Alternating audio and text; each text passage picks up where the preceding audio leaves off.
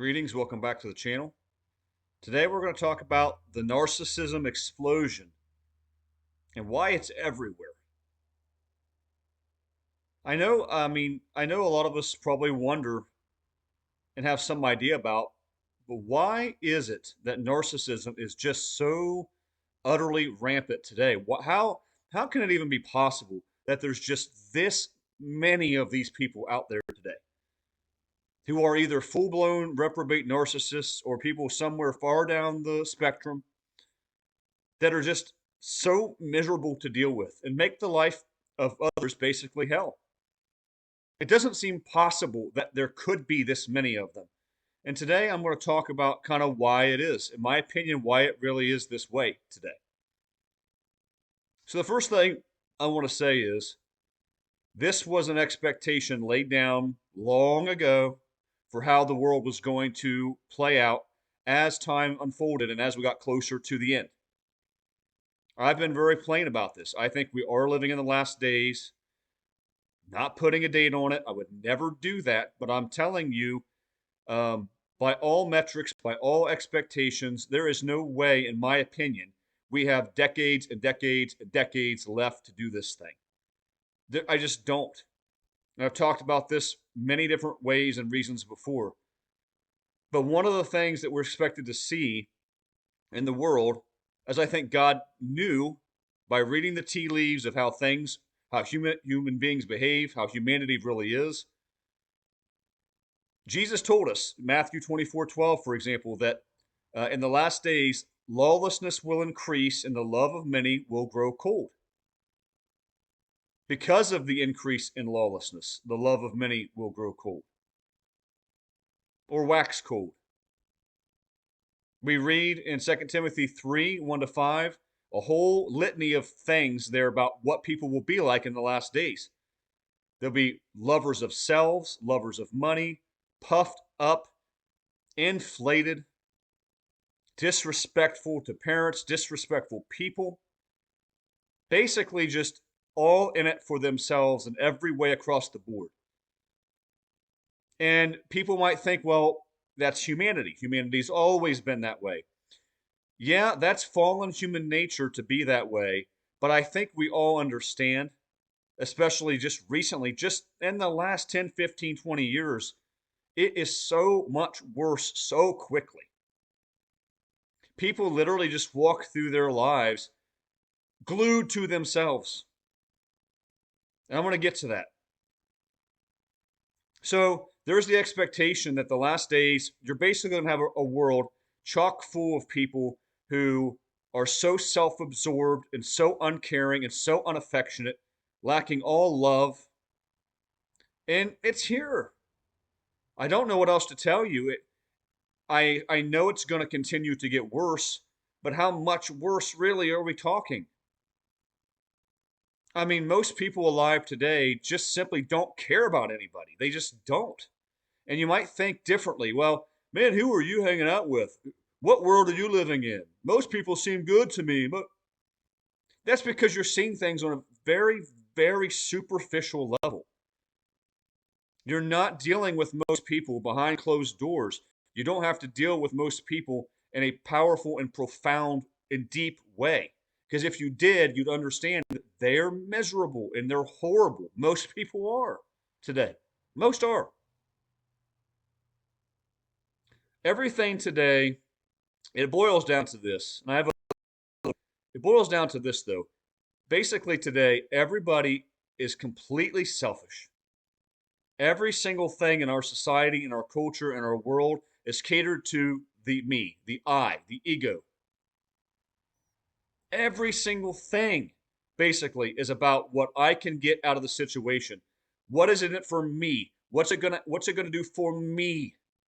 Even having kids for most people is about what's it gonna do for me? How will it make me look? How will it benefit my life?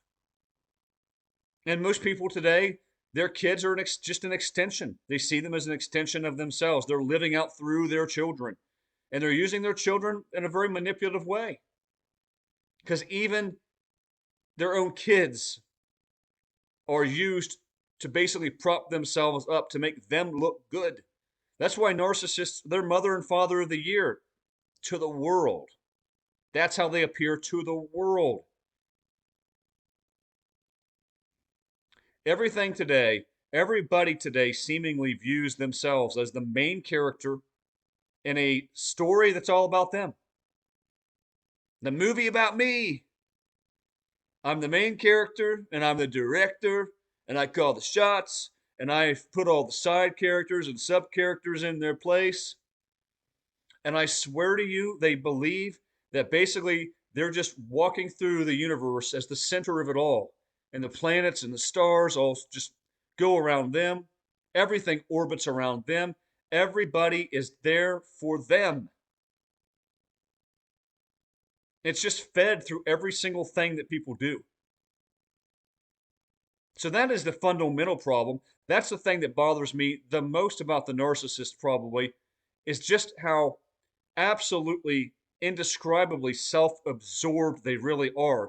They don't care what they do to anyone at any time, and they'll just walk right on like nothing happened because they have no vested interest beyond anyone but themselves. And that's not just the narcissist, because most people are like that today. We're not talking about some tiny little subgroup of people on the planet. We're talking about the average person. The average person they don't care. And another thing that's major is how connected everything is. Everything is connected today because the smartphone, because the internet. Yet people have never been more disconnected. People don't have authentic, true, genuine relationships. They have these little situations, these little things, these passerby. I'll text this person every once in a blue moon. There's just no strong connectivity, even though the world's never been more connected. People today, though, are socially unchecked. There are no restrictions in place anymore. There is nothing in place as a society anymore that holds people accountable for their actions. I hate saying this, but I really believe, for the most part, throughout human history, the reason why divorce and things wasn't nearly as bad, while people ending relationships weren't nearly as prevalent, is because there were certain restrictions in place to keep that from happening. Families frowned upon those within their family who ended relationships, who divorced, who blew things up. People frowned upon a man who cheated on his wife or left the marriage. People frowned upon a woman who cheated on her husband and left the marriage. Really frowned upon it. You became a social outcast for most of human history and most cultures if you were married, or whatever you wanted to call it, and you blew your family up and went off with some other man or some other woman. Guys, that was unthinkable. You didn't even begin to contemplate, considering, thinking about doing that. You were held to account by your family, by friends, by society, by laws. Do you realize none of that is in place anymore today? None of it. That feeds that selfishness, because people know, I'm divorced. I'm just divorced. I'm not happy. I'm just going to divorce him. I don't matter. And not only are people not held to account for it anymore, but there's a whole cheering section. You go, girl. Yeah, you go. You divorce your husband. That's great. That's great. And people are fine when men do it too, for the most part. There is a cheering section. They now have parties they throw, divorce parties for people. They're liberated now. They're free from the bondage of their husband or wife. I don't know what to tell you about how sick that is. People are unchecked. There are no restraints in place anymore to keep people from doing anything they want. You're married and you've got 3, 4, 5 kids, and all of a sudden you're just not happy. or you just want somebody else, A-okay. Just divorce them, move on. That's that. Nobody's going to give you much of a hard time about it. Yeah, you're going to pay for it because you dig a hole, you'll fall into it. You're going to pay for that, but the world's going to support you. You're not going to get flack. You're not going to get a bunch of people coming at you. You're not going to get a bunch of people looking at down their noses at you anymore. You don't become a social outcast. If anything, you get applauded because you did what was right for you. You did what was right for you. And that's all that matters. It's all that matters today in the world to people. Divorce is fine and dandy. It's great. It's applauded. So there's no barriers, there's no restraints, restrictions, there's no people being held to account, there's no social morality, there's no social standards of any sort. Is it any wonder this is all catering and bringing out the very worst in anyone? It's bringing out the worst of carnal human nature, and it's creating opportunities, which is what I'm getting to next. It's not only that people are free to do the most perverse things they want to do without being held to account.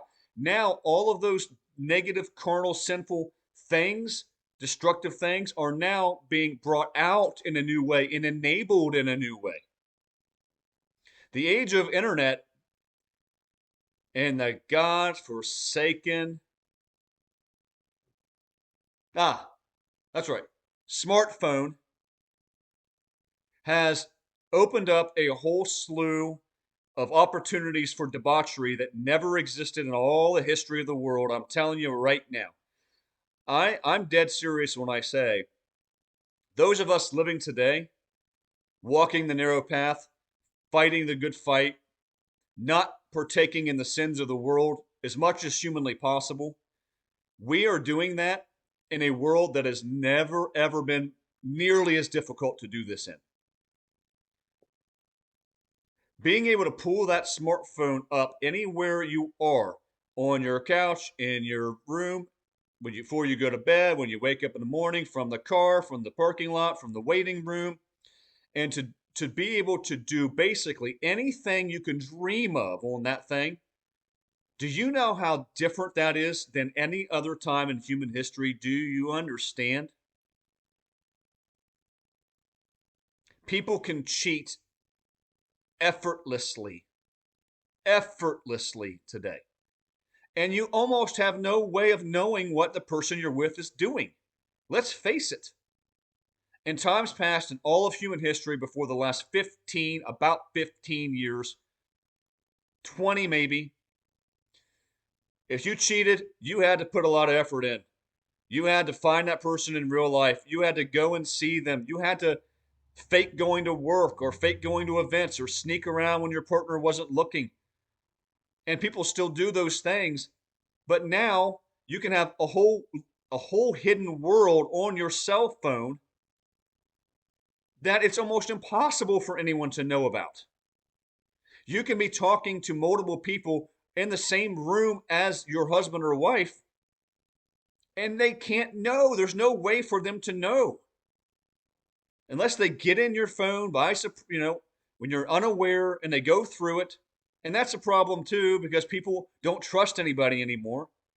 And anybody you think you need to go through their phone to be with because you don't trust them, what are you doing with them? If you think you've got to go through their phone, then what are you doing with the person? If that person thinks they need to go through your phone, what are you doing with them? There's no trust there. And I'm just going to tell you how I feel about that while I'm on the subject, because people talk about this all the time. And there's different trains of thought. I'll tell you mine. Because people are like, you should just be able to hand your phone over to your partner at any time. You should let them go through your phone at any time. On the one hand, none of us should be doing anything that we're embarrassed of our husband, wife, girlfriend, boyfriend's, fiance to see. Clearly, you should be living a clean enough life that you could just give your phone over any time and let them go through it. Let's be clear about that. That's true. But if you are with a person who thinks they need to go through your phone, they don't trust you. They don't trust you. And probably they're doing things on their phone. Almost every time I know of a person who thinks they need to go through another person's phone, most of the time it's because they're doing things on their phone and they're projecting that onto their partner. Likewise, if you don't trust your partner and you're like, man, I want to know what they're doing in there. Like what are they, who are they talking to? Who are they texting? Like, I, I think I need to go through their phone. No, no, you don't need to go through their phone. You need to end things with them because you're with a person clearly that you don't think can be trusted. I don't buy into this whole, oh, I just let each other go through our phones. We just go through each other's phones all the time. Why? Give me one good reason why anybody would need to go through your phone and vice versa, unless it's that there's no trust. You want to see what they're doing on their phone, which means you don't trust them, which means the relationship shouldn't be going on. I have never asked to go through a person's phone that I've been married to, which is one person, or dating or anything else, and I never ever will. Because if I think I need to go through their phone, I don't need to be with them. I've had a person go through my phone one time and it ended the relationship because it was a dead ringer fact that she didn't trust me. And did she find anything? No, she didn't find anything because there was nothing there. But the fact that she needed to go through my phone, it ended things. That was it. And there's the narcissist. And that was the beginning of the end. And 2 months later, it was done. Because the moment that the person went through my phone when I wasn't looking, that relationship was over. The trust was absolutely fully gone and blown. And of course, as it turned out, they were the ones doing things. So I digress. But back to the smartphone. Why is there so many narcissists? This is the point. Dating apps have unlocked Pandora's box. Do you realize how many people just sit around talking to 4, 5, 6, 7, 10, 12 people? Guys, there's nothing you can do with a person. If you meet them, if you meet them on a dating app, what do you automatically know about that person? They are communicating with other men or women. They are already in talking stages at minimum with numerous other people, and they're probably dating one or two of them. I'm sorry to say, because some of you guys have met your forever person on a dating app, and you got really, really, really lucky if you did. But for the most part, I don't have a clue why people do this. I have no interest in getting on there, finding a woman that I like, starting to text her, knowing full well she's already dealing with a bunch of other people. What is the point of that? Why would you even want to do that? And most of these people are not going to see you as so great and so valuable that they just shut off all the other attention from all these people they were talking to. They closed it all down, and now it's just about you. That's just focused on you. Let's do this forever. I don't need the other 50 people I've talked to in the last year. That's not how that works. Which you guys can attest. Most of you have been on the dating apps, can probably attest you got off of them, or it's miserable, or it sucks. But the point is, it's the appearance and illusion of endless options. More, more, more. Every day I get new options and swiperoo, baby. I can swipe left. Yeah, yeah, yeah, yeah, yeah. Let me extend my reach. I'm going to make it a 10-mile radius further. Let's go to 50 miles from my house. Look at all the new options. Yeah, yeah, yeah, yeah. And I'm talking to him and then him and then him and him and him and him and him. Meanwhile, I've got 10 other people in my phone already. I've got all these exes or people I dated a couple times in my phone. I can go back to them. Do you know how many individuals we're talking about? This creates narcissists out the yin yang. This is maybe the biggest single driver today of narcissism. That you have the dating apps and you have texting, and all of these things can be done endlessly and effortlessly. And everybody's fixated on what's the next thing? What's the better thing? Oh, he's great, but there's better. Oh, he's great, but there's even better. Oh, but there's better and there's better and there's better.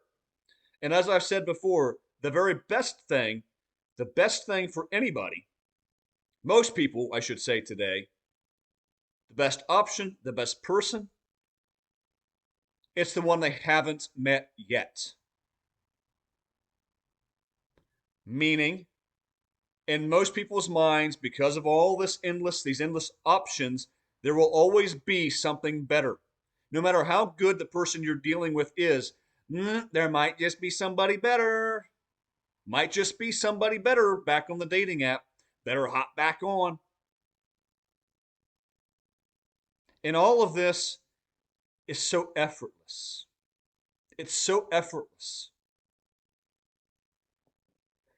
A person brought this up on a channel. Imagine if you put in one room all the individuals that a person is talking to on the dating app and texting with at the same time. You'd have a room that's filled up, and how stupid and ignorant and foolish and that person would look. A person standing in the middle of all these people around that they're dealing with virtually, how ridiculous it would look, because it's absurd. Don't you think this melts people's brains? Don't you think this might just have a major impact on how people behave today? And it's no wonder why everyone's narcissistic anymore. Why nothing is good enough. No one is satisfied in any one individual. Because honestly, how are you going to compete? How am I going to compete with the 10, 15, 20, 30 other people that are collectively giving someone attention? And why would you think that anyone's going to be so good that they cut all of that off forever? No, no, no. It just sinks into the mind and just becomes mushy and just soft, and people live in delusion. They just genuinely think there's always something better. The best person is out there. I haven't met him yet, but I will. So, why is narcissism everywhere? You have an absolutely lawless, godless world. And by godless, I mean they have a God, the God of this world. They're godless in terms of their true God. They're lawless. They have no moral structure. Society has no moral structure. Nobody is held to account for anything they do. In fact, they're applauded. They do wickedness, and then they applaud those who do wickedness, and they teach others to do wickedness. That's the world. It's like the days of Noah Jesus talked about. He said the last days would be like the days of Noah. And what do we know about the days of Noah? It was so corrupt that God had to flood the world. 8 people were spared to continue on civilization, and the rest of the world is drowned. Well, that's what the last days are going to look like. Well, here we are. This is what it is. I'm telling you the truth. And everything for everybody seemingly is about me. What's it do for me? What am I going to get out of it? I'll talk to these people because it gives me something. I'll cut them off. I'll build something up and I'll cut them off. What am I going to get? If I'm with this person, what benefit does it serve me? They don't think about what it's going to benefit anybody else. They never do. They can cut you off in an instant. They can try to pick you up in an instant. If it's good for them, whatever is good for them. And nobody's held to account. You want to end a relationship? That's fine. You want to divorce? Blow your family of 5 or 6 up? Separate the kids? Go through divorce? Send them back and forth? Battles, custody fights? That's fine. You do you. You do what's best for you. Make yourself happy. No one's held to account. No one's held to standards. No one has any restraints to keep them from doing these things anymore. And we see what it looks like. And then, of course, these things have been not only unchecked, but they've been empowered. They're empowered to do wickedness. The dating apps create endless options. Social media, texting. You can deal with so many people that it pollutes the mind. It floods the mind with chaos, with darkness, evil. Why is everyone so narcissistic? Why is it exploding? Like I just explained it. This world is a wreck.